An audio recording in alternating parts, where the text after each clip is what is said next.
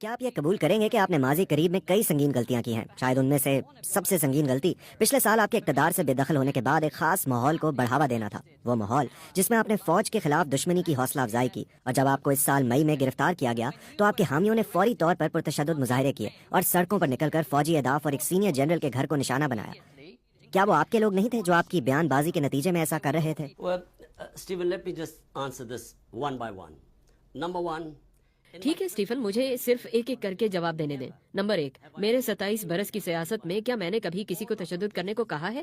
کبھی نہیں۔ ہمارے تمام احتجاج آئین کے اندر رہتے ہوئے پرامن رہے ہیں۔ احتجاج کی اجازت تو ہمیں آئین نے دی ہے۔ جب ہمیں کوئی ناانصافی محسوس ہوتی ہے تو احتجاج کرنا ہمارا حق ہے، اور وہ ہم نے کیا ہے۔ ہم نے 126 دن کا اب تک کا سب سے طویل احتجاج کیا اور ایک بھی تشدد کا واقعہ سامنے نہیں آیا۔ تمام پرامن احتجاج تھے، ہم احتجاج کرتے تھے اور واپس چلے جاتے تھے۔ تو یہی بات ہے جو عدالتوں کے 2 فیصلوں نے اب بھی